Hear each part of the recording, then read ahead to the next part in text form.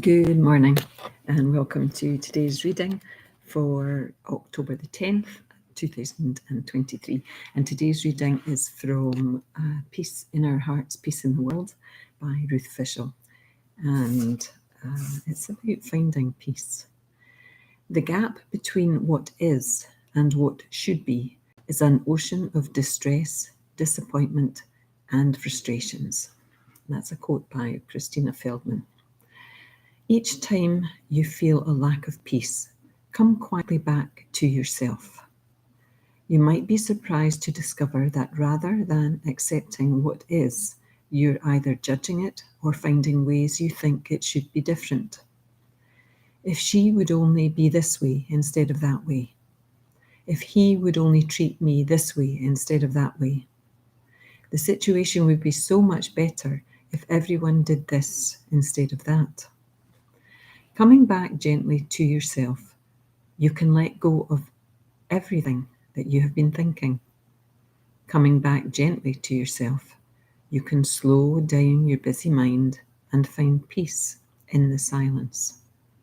Peace lives in the silence.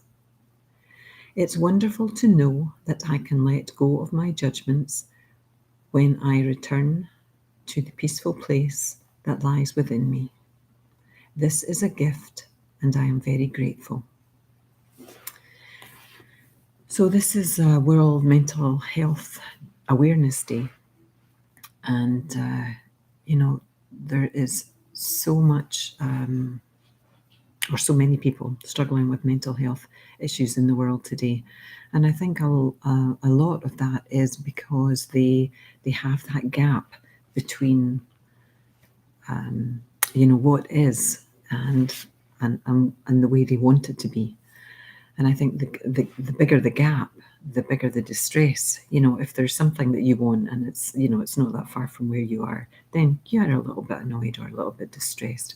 But if the gap is huge, from where you are to where you want to be, that can be a huge distress beacon, signal, whatever you want to call it. So, on this day, I'm going to think about my own mental health a bit because whilst I work with emotions and I work with people with emotions, I know that my emotions can very definitely get the better of me. And I've been rather grumpy recently. And it is because there is a gap. There is a gap between where I am and where I want to be. So I'm going to ponder that today. Maybe you can do the same. I'm going to meditate after this. I do daily meditation, usually after this reading because I want to get the reading out early, but sometimes I've done it beforehand. And meditation is not anything fancy or fangled, and especially mindfulness meditation, where you basically pay attention to something, usually your breath, but it can be a candle or it can be a spot on the wall. But the point of it is that you focus on that for the duration of your meditation.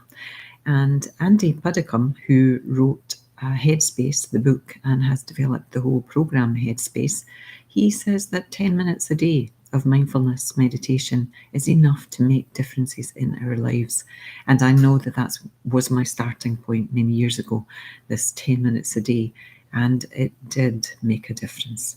Spending that time watching your mind being pulled in different directions, it's not about that peacefulness being instantly there, but it's about bringing yourself back to the peacefulness when you discover that you are, planning your shopping list or what's for dinner. Or in my case, I used to I used to realize that I was in full practice mode of a teaching session that was coming up. And then I would giggle and send myself back to meditation, focusing on my breath again. So your thoughts can be so strong that they will pull you right out of your meditation. But Thich Nhat Hanh says just, the practice is bringing yourself back. It doesn't matter how many times. Each time you find yourself not focusing on whatever it is you're planning to focus on, then that's the practice. Bring yourself back. Bring yourself back. So anyway, it's nearly 5 minutes. Have a wonderful day today. ponder the gap that you have at the moment, if you have one. And I will see you tomorrow. Bye. Sending love to everybody. Namaste.